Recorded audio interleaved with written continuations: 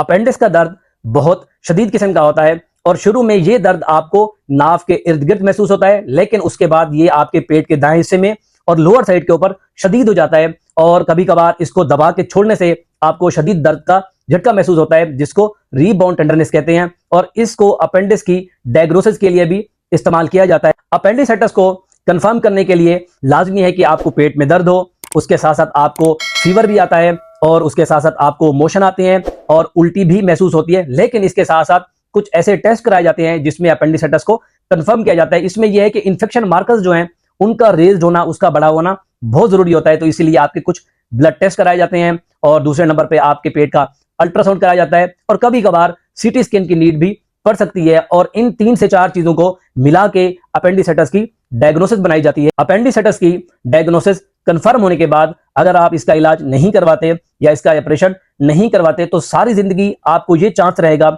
ये रिस्क रहेगा कि आपको अपेंडिसाइटिस दोबारा हो सकता है या अपेंडिकुलर लंप बन सकता है और हो सकता है कि वो इन्फेक्शन इससे कहीं ज्यादा सीवियर हो और कभी कभी